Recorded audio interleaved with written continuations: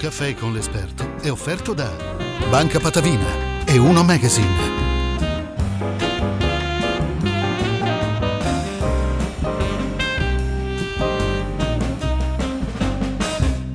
Bentornati ad Un caffè con l'esperto in compagnia di Claudio Campagnolo, qui nella prestigiosa sede del Caffè Pedrocchi, in Sala Bianca per la precisione, ed ho il piacere di riavere nuovamente con noi Tiziana Toso, biologa, nutrizionista, specialista in scienza dell'alimentazione. Bentornata, dottoressa. Grazie. Allora, fuori onda è uscito anche questo aspetto che naturalmente lei indaga quotidianamente del fatto che noi siamo, come esseri umani, degli animali predatori diurni. Sì. E da questa nostra atavica condizione discende una serie di problematiche. Ce le vuole ricordare? Biologicamente siamo dei predatori diurni, attualmente viviamo una vita che non è proprio da animali predatori diurni, no? Nel senso che viviamo prevalentemente al chiuso, viviamo molto la sera, di notte, e questo condiziona tutta la nostra biologia, tutta la nostra anche secrezione ormonale. Per esempio, prima di tutto la secrezione di melatonina, che è uno dei nostri ormoni più importanti, perché è un ormone profondo, cioè non è l'ormone che ci fa dormire solo, è un ormone che dà la via a tutta la secrezione ormonale notturna e che ci tiene disinfiammati, perché è un ormone antinfiammatorio per eccellenza, tant'è che recenti studi epidemiologici mettono in relazione la carenza quindi di produzione di melatonina con l'aumento anche dei tumori. Mi proverò a tornare su questo aspetto che lei ha evidenziato, dell'infiammazione che è alla base un po' di tutti i malesseri, dai più banali a quelli più importanti. Possiamo entrare ancora più nel dettaglio? Diciamo che l'infiammazione è proprio il meccanismo alla base di tutte le malattie cronico-degenerative che sono tipiche dell'età adulta, insomma, e che però stanno insorgendo sempre più precocemente nell'uomo. Parlo quindi di tutte le malattie, non solo quelle su base autoimmune, artrite reumatoide e via dicendo, ma anche diabete, malattie cardiovascolari, disordini neurologici, quindi anche l'Alzheimer e quant'altro. Sono tutte patologie che non insorgono così improvvisamente, ma hanno una base di molti anni e una base anche di infiammazione silente. Cosa vuol dire silente? Quell'infiammazione che non dà sintomi, di cui non ci accorgiamo. Noi siamo spesso infiammati e non ce ne rendiamo conto perché ancora non abbiamo sintomi. Nel momento in cui compare il sintomo, oppure compare a livello proprio di esami ematochimici già un riscontro, è un pochino troppo tardi, perché vuol dire che l'infiammazione ha avuto modo di persistere per molto tempo e alla fine di fare qualche danno evidente.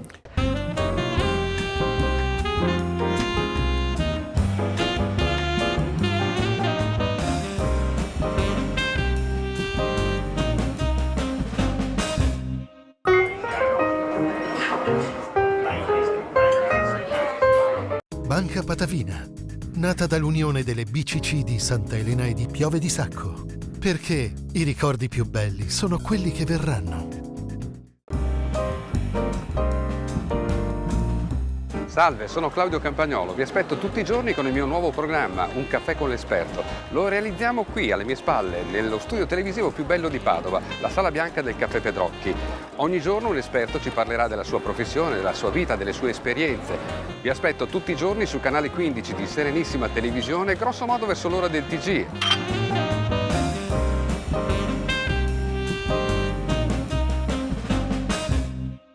Seguici su Facebook, Twitter e YouTube e rivedi tutte le interviste di Un caffè con l'esperto dove vuoi e quando vuoi.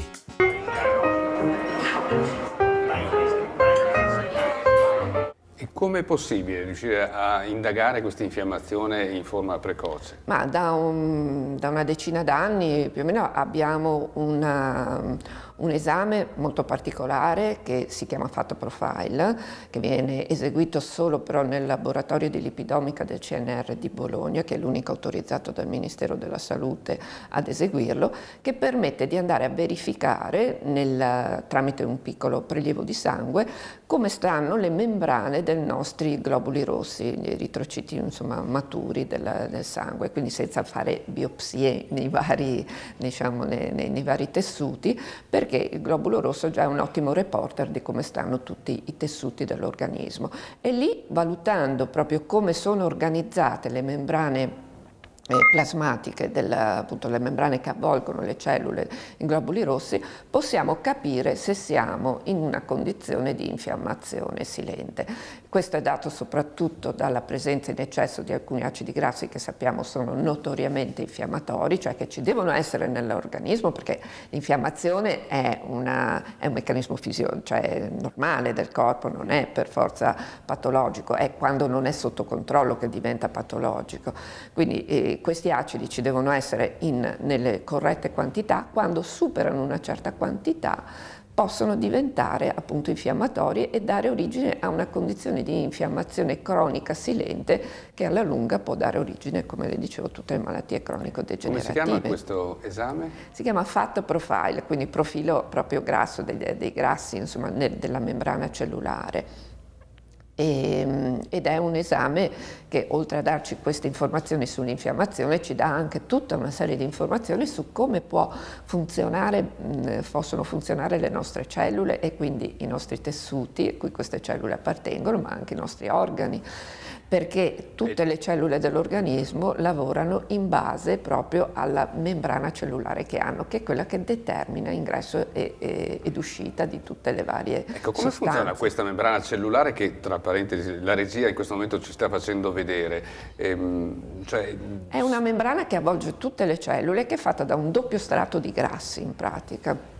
Sono i fosfolipidi. I fosfolipidi sono composti da questi acidi grassi che sono di varia natura. Possono essere saturi, quando non hanno doppi legami, monoinsaturi come quello dell'olio d'oliva, no? Quando hanno un unico doppio legame, oppure poliinsaturi come i famosi omega 6, ma i più famosi ancora omega 3, no? Che sono purtroppo molto carenti attualmente nella nostra alimentazione. Ecco. E questa membrana determina proprio tutti gli scambi della cellula. È un po' come il portiere di casa, insomma, e decide chi sale e chi scende, no? Chi dà tutte le informazioni, avvisa di chi sta arrivando, chi non sta arrivando, tutto quanto, e quindi è fondamentale per il funzionamento della cellula. Quindi i famosi grassi, se sono buoni, sono ben accolti nel nostro organismo. Ci vogliono e come. Quali sono questi grassi buoni? Allora, io non parlerei di grassi buoni e di grassi cattivi, io parlerei di equilibrio tra i vari grassi. Diciamo che quando sono in disequilibrio diventano cattivi. Ma non sono sempre cattivi, perché lo stesso acido arachidonico, che prima ho citato come uno degli acidi grassi più infiammatori, ci deve essere comunque, però in piccole quantità. Che si trova dove l'acido arachidonico? L'acido arachidonico si trova soprattutto negli alimenti di origine animali, come le carni rosse, tutti gli insaccati, le carni conservate, così, anche nel tuorlo dell'uovo. Negli alimenti vegetali si trova invece solamente nel cacao, nel cioccolato fondente, che ci piace in così piccole tanto, tra quantità, parentesi. sì, per fortuna.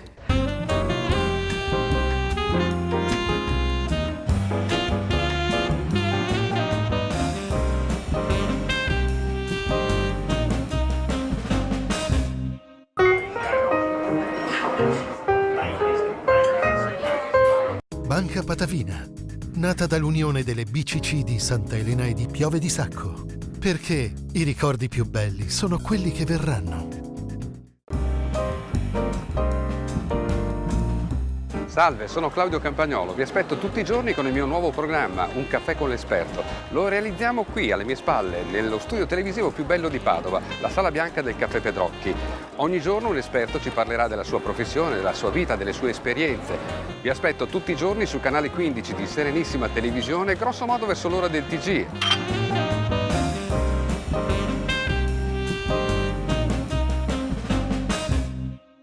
Seguici su Facebook, Twitter e YouTube e rivedi tutte le interviste di Un caffè con l'esperto dove vuoi e quando vuoi.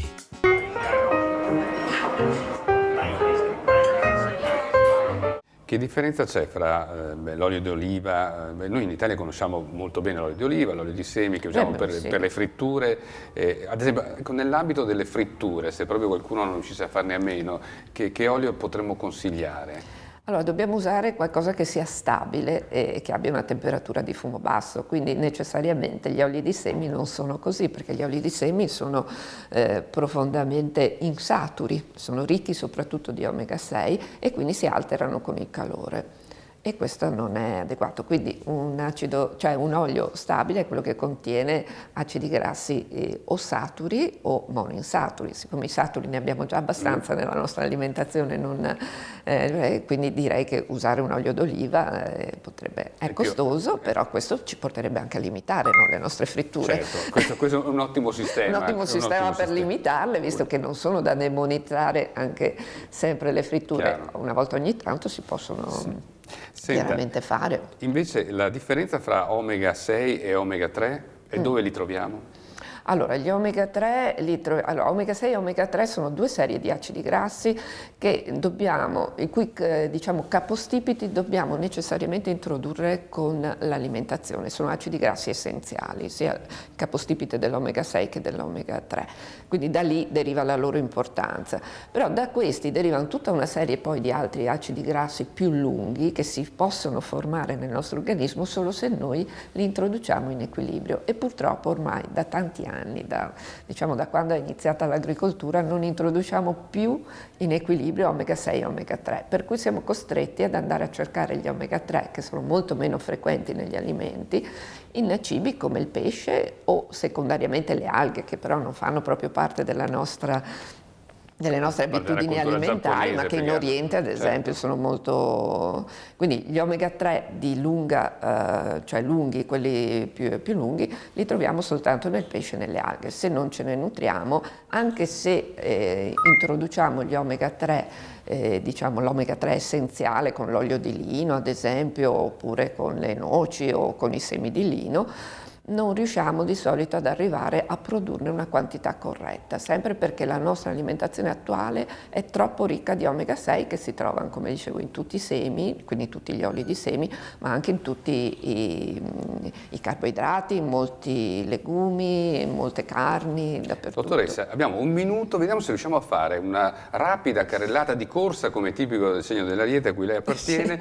Diamo delle indicazioni per una giornata tipo, cioè che cosa si dovrebbe mangiare e quando? Allora, si dovrebbe mangiare prevalentemente quindi vegetali, quindi diciamo che mi rifaccio un po' alle indicazioni del piatto sano di Harvard, che dice metà del nostro piatto dovrebbe essere a base di vegetali e quindi ortaggi, e tra gli ortaggi però non mettiamo le patate come di solito siamo soliti fare, no? Qui in Italia, perché quello è amido, non sono ortaggi.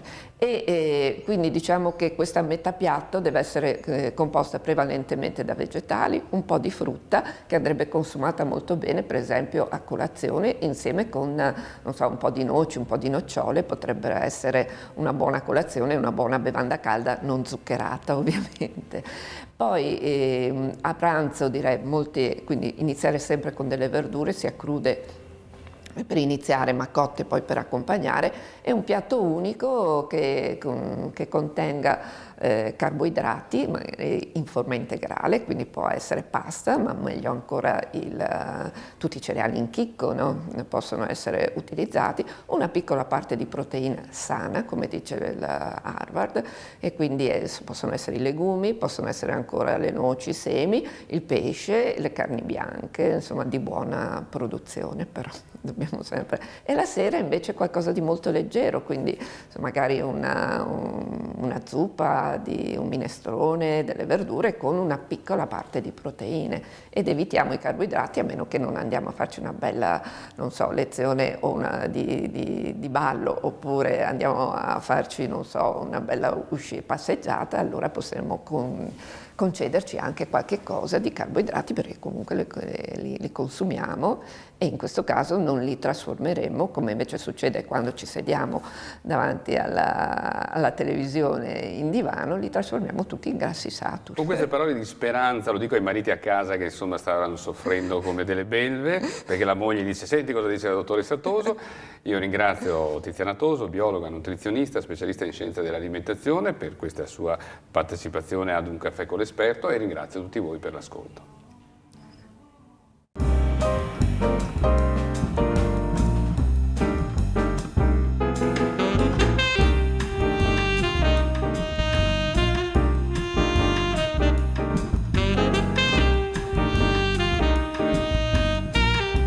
Un caffè con l'esperto è stato offerto da Banca Patavina e Uno Magazine.